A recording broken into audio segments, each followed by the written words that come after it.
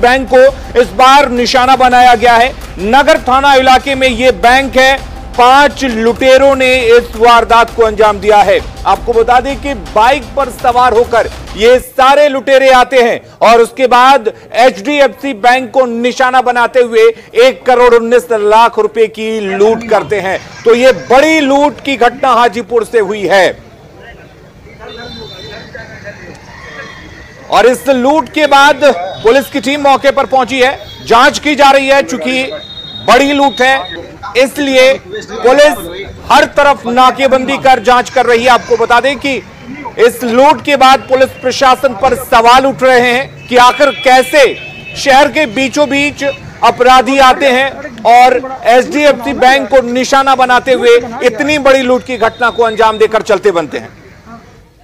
एक वक्त आता है अराउंड 10:25 के बीच में जानकारी हासिल हो रही है। हम लोगों ने देखा है कि 5 लोग घुसे हैं और बैंक रॉबरी करते हुए बाहर निकले हैं। कुछ लोग जो हम मिल रहे हैं वी आर फॉलोइंग दोस्त। कितने के लूट हुए? अराउंड 1 करोड़ जो उनका अमाउंट है उससे ज़्यादा हम लोग चेक कर रहे हैं। अभी एक्जैक्ट अमाउंट नहीं बताया but we are saying around 1 crore. CCTV में कुछ आया है सर? जी आया है, उसके बेस पे हमने कुछ फंड किया।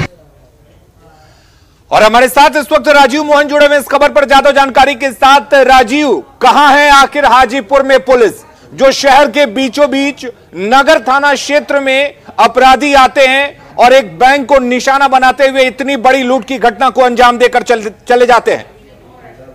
जी बिल्कुल, एक बड़ा सवाल पुलिस प्रशासन की चौकसी पर जरूर खड़ा करता है क्योंकि यह जो इलाका है नगर थाना का जरुआ इलाका है। यहाँ से रास्ता महनार बिंदु की की हो जाती है और ये बाजार इलाका है। मैंने यहाँ पे कई सारे सैकड़ों दुकानें हैं, हमेशा भीड़ भाड़ रहती है। और ये जो HDFC बैंक है वो एक मार्केट कॉम्प्लेक्स में है जहाँ आसपास में कई दुकानें हैं। लेकिन इसी दौरान कहा जा रहा है कि बाइक सवार 2 बाइक से 5 अपराधी अचानक अंदर बैंक HDFC बैंक में दाखिल होते हैं और सभी को गन पॉइंट पर लेकर इतनी बड़ी रकम, जैसा लोग बता रहे हैं, पुलिस ने इस बात की पुष्टि की है कि 1 करोड़ 19 लाख रुपए इस बैंक में था जिसको पुलिस अपराधियों ने निशाना बनाया और अंदर घुस के पैसा यहाँ से लेके आराम से चले गए हैं।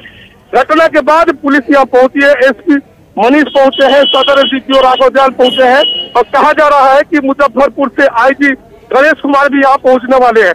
लेकिन सबसे बड़ा सवाल है कि दिन दहाड़े बैंक के खुलने के समय ही, जैसे ही बैंक खुलने वाली थी तभी ये अपराधी यहाँ दाखिल होते हैं और दाखिल होने के बाद राजीव, क्या ये माना जाए कि बिहार में अनलॉक है, लॉकडाउन खत्म होते ही अपराधी भी अब बाहर आ चुके हैं और वो भी पूरी तरह से लॉकडाउन के बाद सक्रिय हो गए हैं, अनलॉक हो चुके हैं अपराधी? जी बिल्कुल सही बात है। ये अनलॉक का दूसरा दिन है। 9 तारीख को ही लागू हुआ था, आज 10 जून है और 10 जून के शुरुआती के दिन में जब 10 बज रहे हैं, 10 से 10:30 की घटना बताई जा रही है, तो उस दौरान बिल्कुल अपराधी भी अनलॉक हो गए हैं और पुलिस प्रशासन नींद से सो रही थी और इसी कारण इतनी बड़ी घटना को अंजाम देकर के भीड़ भाड़ इलाके से अपराधी यहाँ से फरार हो गए। अब पुलिस कह रही है कि नाकेबंदी की जा रही है और अपराधियों की गिरफ्तारी होगी। लेकिन मैं बताऊं कि इससे पहले भी इसी रोड में 40 लाख रुपए की लूट हुई थी ICICI बैंक में। तो राजीव, एक बात तो साफ है कि एक के बाद एक जिस तरह से लूट की घटनाएं सामने आ रही हैं उससे साफ है कि पुलिस तो बिल्कुल सक्रिय है नहीं। लेकिन अब पुलिस क्या कह रही है? क्या CCTV फुटेज पुलिस के हाथ लगा है या पुलिस किन बिंदुओं पर जांच कर रही है? हालांकि ये पुलिस की बहुत बड़ी खूबी होती है कि जब भी घटना घट जाती है तब पुलिस बड़े आराम से पहुंचती है। जी बिल्कुल, पुलिस के सामने बड़ी चुनौती है और पुलिस का कहना है कि जो लोग भी अपराधी इसमें शामिल हैं उसकी CCTV फुटेज जो कि HDFC बैंक के अंदर लगा हुआ था और बाहर में भी लगा है, उससे उसकी पहचान की जा रही है और पहचान कर उसकी गिरफ्तारी की जाएगी। लेकिन ये जरूरी नहीं है। जरूरी सबसे बड़ा है कि पुलिस जो ये भीड़ भाड़ इलाके से अपराधी आए कैसे और इस बैंक की सुरक्षा को लेकर बड़ा सवाल है कि 1 करोड़ इस बैंक में था और यहाँ पे सुरक्षा क्या है? तो सुरक्षा गार्ड के नाम पर 1 या 2 लोगों की तैनाती है और उन्होंने क्या डिफेंस लिया, यह सब जांच का विषय है। इस पर पुलिस अपना जांच कर रही है। लेकिन बड़ी वारदात को अंजाम देकर 5 अपराधी, महज 5 अपराधी और 1 करोड़ 19 लाख लेके चले गए और कहा जा रहा है कि अभी कैश की गणना की जा रही है, ये रकम और भी बढ़ सकती है। तो ये सवाल है कि आखिर इस बैंक में इतना रकम क्यों रखा गया, किन कारणों से रखा गया? तो तमाम बिंदुओं पर पुलिस को जांच करनी होगी और जो भी दोषी होंगे उनके खिलाफ कार्रवाई करनी होगी। वो बैंक कर्मी भी हो सकते हैं, उसके अलावा जो आज राजीव, एक चीज ये भी निकल कर सामने आ सकती है कि ये जो अपराधी हैं मौके की तलाश में थे, यानी कि पूरी प्लानिंग थी कि सुबह बैंक खुलते ही बैंक में पहुंच जाना है, भीड़ कम होगी, पुलिस भी सो रही होगी, सुबह सुबह का वक्त है, मौका अच्छा है, मौके का फायदा उठाया जाए। तो पूरी तरह से एक प्लानिंग थी और कहीं ना कहीं ये लोकल जो इंटेलिजेंस है उसका फेल्यूर भी हो सकता है। देखिए बिल्कुल, देखिए दो तरह से जो साइकोलॉजी रही है अपराधियों की, वो ऐसा देखा गया है कि आमतौर पर अपराधी या तो फर्स्ट हाफ, बैंक के खुलने के फर्स्ट हाफ में वो घटना को अंजाम देते हैं या फिर 4 बजे देते हैं, क्योंकि उस समय भीड़ भाड़ कम होती है तो अपराधियों को मौका मिलता है। तो निश्चित तौर पर इसका उन्होंने फायदा उठाया है और लॉकडाउन का फायदा उठाया है, और प्रशासन इस मामले को चौकसी से नहीं ली थी। चौकसी रखती तो शायद वो अपराधी यहाँ से भाग नहीं पाते, पकड़े जाते। दूसरी बात है कि जो सोर्स है, जो अपराधियों को इस तरह की बात बताए होंगे, उसकी जांच होनी चाहिए, वो चाहे लोकल सोर्स हो या बैंक के अंदर कोई सोर्स हो।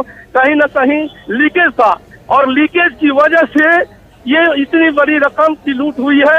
अब ये पुलिस के हाथ में है कि पुलिस इसको कैसे सॉल्व करती है और अपराधी कब पकड़े जाते हैं। विवेक, बिल्कुल राजीव, एक सवाल ये भी, सोना लूट लिया जाता है, आपने बताया आईसीआईसीआई बैंक से 40 लाख रुपए लूट लिए जाते हैं, एचडीएफसी से 1 करोड़ 19 लाख रुपए लूट लिए जाते हैं, एक के बाद एक लूट की घटना होती है।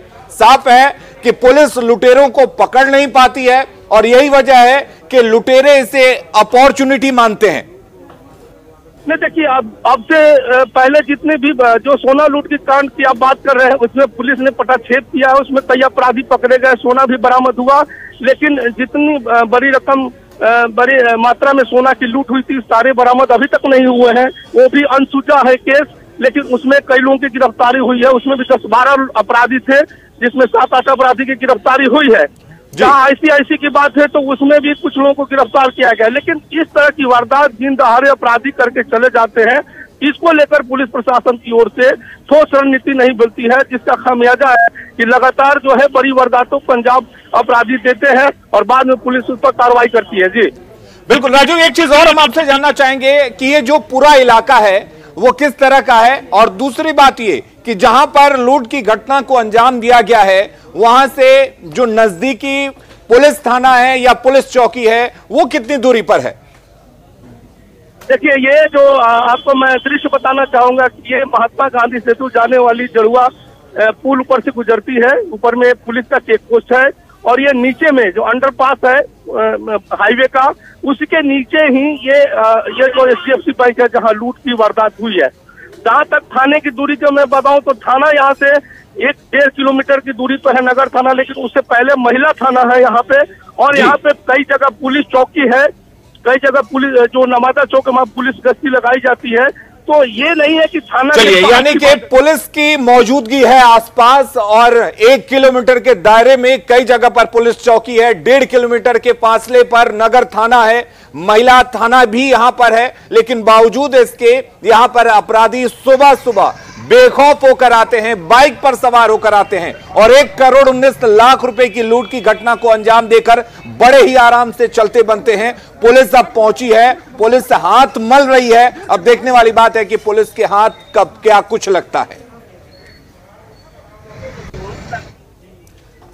और एक बड़ी खबर इस वक्त कटिहार से भी आ रही है, जहां जमीन विवाद में 2 पक्षों में झड़प हुई है। जी हां, भीषण झड़प हुई और आधा दर्जन से ज्यादा लोग घायल हो गए हैं। फलका थाना